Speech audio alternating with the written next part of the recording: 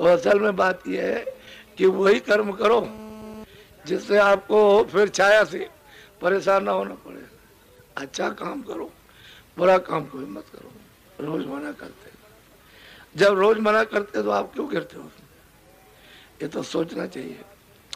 तो अभी आपने प्रयागराज में जा करके अपनी आंखों से देखा, तुम समझते थे बाबा जी ऐसे ही कह रहे थे, ऐसे होगा ऐसा नहीं होगा, ये बात कर रहे थे ना तुमने। वहां तो सब ये कहते हैं कि हिंदुस्तान कर भर के साधु इकट्ठे हो जाए, तो इस तरह का मानव कुंभ यहाँ नहीं लगा सकते हैं। और मतलब है कि एक आदमी के परिश्रम से वो देखो क्या हो गया। ये तो सोचने की चीज है। इतना आदमी मतलब ये तो कितनी मेहनत की तुम्हारे सामने रहते रहते, आते जाते आते। तुम समझते हो कि निकल गए, उसके बाद कहीं चुपचाप कहीं पड़े होंगे। ये 300 मील और रोज मतलब ये है कि धूप में रात को सोते नहीं है। जो लोग चलते हैं साथ उनसे पूछो कि गिर जाते हैं, उनको गाड़ी में नींद आने लगती है। और बेचारे तो इतना दौड़ा धूपी करते हैं। ये आदिवासी क्षेत्रों में इतने लोगों को जगह जगह जहाँ की कोई जा नहीं सकता। 3.5 किलोमीटर पहाड़ों को काट करके जो वहाँ की औरतें और बच्चे सड़क बनाए, वहाँ पहुँचने के लिए 3.5 किलो पहाड़ों को काट करके, पत्थरों को काट करके नीचे बनाए ले जाने के लिए, ये छोटी मोटी बात है। तो उनकी कितनी ऊंची सद्भावना भावना, तो उनको वैसी चीज मिल जाती और जगा लिया तो फिर उनको कोई बदल नहीं सकता, कोई नहीं। तो ये है कहने का, तो कहने का मतलब यह है कि तुम शहर में रहते हो चकाचौंध, एकदम इधर से उधर, इसको देखा उसको देखा, फिर चकाचौंध हो गए। अब ये चकाचौंध में फंस जाते हो। सुमरन ध्यान तो गया अलग, 2 मिनट 4 मिनट 10 मिनट समय देना हो तो अलग चला गया। उसी चकाचौंध में बस उसी में शोरगोल मचाते हो, बस रह जाते हो। तो इसलिए चकाचौंध थोड़ा सा, अब बहुत चकाचौंध हो गई। इसमें से कुछ निकलना कुछ नहीं है। तुम सोचते हो सामान में से कुछ निकल आएगा, इसमें सिवाय खुजली के, सिवाय परेशानी के, सिवाय तकलीफ के और कुछ नहीं निकलेगा। और तो भजन में सब कुछ निकले, क्यों? इसमें तो कुछ है नहीं है। जड़ चीज में क्या है, चाहे जितनी, वो तो तुम्हारे आत्मा की ठंडक है, चढ़े, उसी से तुमको मतलब ऐसा मालूम होता है। लेकिन बुद्धि इतनी विवेक नहीं, तो उसी में मन उसी में लगा रहता है, चित्त लगा रहता है, इंद्रिया फंसी रहती है, वो मिलता कुछ नहीं। आखिर में अंत में गत्वा हार जाते हो, बस थक गए। फिर कहते हो कैसे? हम कहते हैं जवानी का जोश को थोड़ा बहुत काम मिले लो अपनी जीवात्मा के लिए। अभी बहुत तो काम करती है, तो वो काम तो हमने आपका कोई बंद नहीं किया। हमने तो 23 घंटे तुम्हारे शरीर के लिए छोड़ दिए। दफ्तर का, दुकान, खेती का काम, बच्चों की सेवा सब करो। फिर ये भी नहीं कहा तुमसे कि आप मत खाइए, तुम 100 बार खाओ, अनाज सब्जी फल दूध की, अच्छे मकान में रहो, भी बात नहीं। यानी कोई बात ऐसी नहीं की जिससे किसी को संदेह हो, और फिर भी उसी में गिरते हो। तो देखो अभी नीम सारण में जहाँ 88,000 लोग कहते हैं कि ऋषियों ने तपस्या की, और तपस्या करके मंत्रणा की कि कलयुग आगे आएगा। लोगों ने पूछा कब आएगा, कह लगे वो तो मतलब है कि बता दिया जाए कब आएगा, लेकिन आगे आ रहा आगे। तो उसके लिए जीव तो सब पापाचारी हो जाएंगे। तो इनके लिए कुछ सहारा, कुछ कल्याण गति के लिए तो उस समय पर वो भागवत लिखी। आप इसको सुनोगे, इस पर विचार।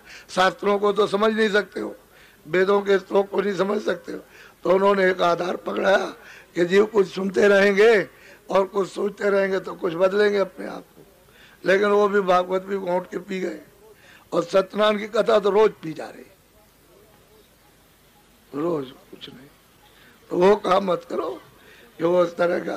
तो उसी जगह पर 13 जुलाई से और 22 जुलाई तक एक महामानव, अब वो प्रयागराज में कुछ भी मानव नहीं था, कुछ भी नहीं था, एक तरह का ना समझिए।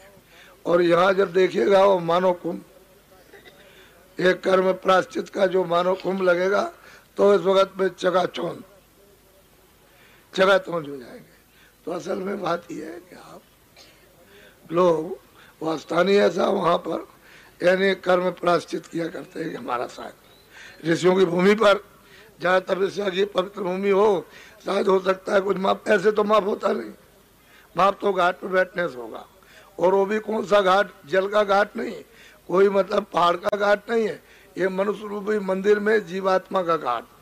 वहां पर तो माफी हो सकती है।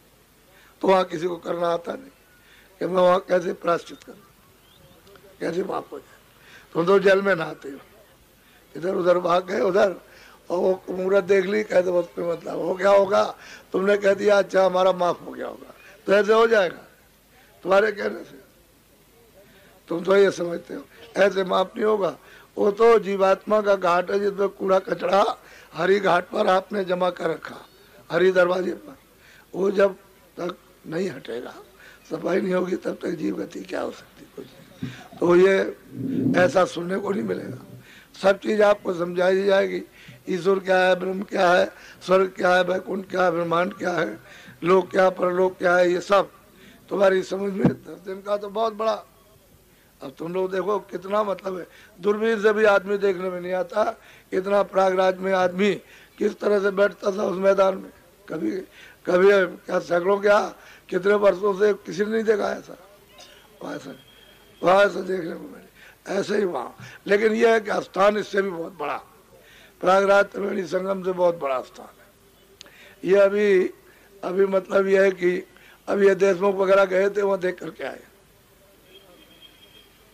ये देवास वाले, और चतर जी गए थे, उनके साथ कुछ आदमी गए हुए थे, सब देख करके आए कितना बड़ा मैदान, अभी लौट करके आए।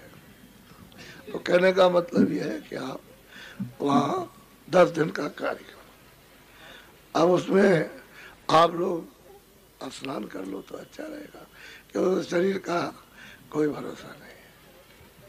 भाई जब हम खुद कहते हैं कि हमारा किराए का मकान है और मतलब ये ऐसे हमको खाली करना, तो जब तक हो जाए किसी का भला तो हो जाए। अपना तो कुछ है नहीं, अपना तो घर नहीं है, ये तो परदेश है। तो असल में चीज आपको कैसे कह सकता हूँ, ये तुम्हारा घर है, तुम्हारा ये है, तुम्हारा, तुम साथ जाओगे, साथ आए हो, ये कुछ ले जाओगे, कुछ तो सब लोग समझ पूछ गए। इधर नीम सारण की अपनी अपनी नामदान लिया है, ये नहीं कि सब जी तुम्हारा हिसाब हम देंगे हर चीज का, जो यहाँ सेवा जमा करोगे उसका हम सब हिसाब वही दे देंगे आपको, सब बता देंगे उसका जोड़ कि तुमने सेवा इतनी की, ये तुम्हारे ऊपर में ये खर्चा हो गया, उससे ज्यादा हो जाए समझ के उसका जोड़ा दुगड़ा चौगुना हो जाए तब कहना, आप हिसाब हम दे देंगे। हिसाब पकड़ा देंगे, तुम अपना अपना जोड़ लेना, समझिए। वो तो सब मतलब सब जोड़ना पड़ता है ना। तुम बाजार में जाते हो, हल्दी बगैर काम नहीं, धनिया बगैर काम नहीं, मिर्चा बगैर काम नहीं, जीरा के बगैर कुछ नहीं बनेगा। अब गुजराती का घर में कैसे बच जाएगा, तो ये भी चाहिए वो भी चाहिए, और लकड़ी बगैर कुछ हो नहीं सकता है, तो उसमें तेल भी चाहिए, घी भी चाहिए, वो कुछ ना कुछ चाहिए। एक दो चूत के साथ में सामान, कितने सामान लगते, पहले ये सोचो कम से कम। तो तुम लोग सोचते तो नहीं, इतनी देर गृहस्थी जोड़ते जोड़ते आज तक पूरी गृहस्थी नहीं जोड़ पाई, लगे रह गए। ये पहले सोचने की चीज है। तो वो तो मतलब वहाँ तो सब काम हो रहा, वहाँ तो मतलब 500-1000 आदमी वहाँ लगे हुए, काम हो रहा वहाँ पर बड़े जोर का। अब वो महीनों हो गया काम होते, तो बराबर मतलब वहाँ का टेलीफोन नंबर ले लो, वहाँ लग गए टेलीफोन, और यही से मतलब बात कर लो, तो मतलब मालूम हो जाएगा कि वहाँ क्या काम हो रहा। वहाँ अपना अपना कुछ मतलब ये है कि भाई देखो मेरा भी इंतजाम रखना। अब तुम बताओगे तो कुछ नहीं, और वहाँ जाओगे कहोगे हमारा इंतजाम नहीं, तो कोई बताना तो चाहिए ना। किसी के घर में आओ 100 आदमी आ रहे हैं, तो बताओ आप, फिर भी सब कुछ करते हुए, शादी विवाह रिश्तेदारी करते हुए, इतना देने के बाद भी कहता कुछ नहीं दिया, फिर भी सब जगह डडोरा पीटता, तो तुम कितने परेशान होते हो। इतनी सेवा, इतना खाना, इतना पिलाना, देना लेना, कपड़े, सब कुछ कहेगा आपको कुछ नहीं दिया। लड़की भी ले गया, समझ गए, वो भी ले गया, मतलब ये कि वो मतलब और कुछ नहीं, और कुछ नहीं, तो एक दो आफत है। तो असल में चीज ये है कि किसी चीज से तुमको जस मिले। एक ने किसी ने पूछा इनसे ये दस्तखत क्यों, अरे दस्तखत तो इसलिए कराते हैं कि मुझे बताना पड़ेगा, ये बताना पड़ेगा कि इसने दिया, नहीं कहते कि हमने नहीं दिया। तो मुझे तो हिसाब देना ना, असली बात तो ये है। तो दस्तखत सीधा कर दो, दस्तखत करने में कुछ नुकसान नहीं है, क्योंकि हमने भी तो दस्तखत किया, सीधी बात। तो असल में दे ले तो अच्छी बात रहेगी। इसी में से तुम्हारे भी काम आ जाए और उसका भी निशाना है, उसको भी जिसका दिया ले आओ।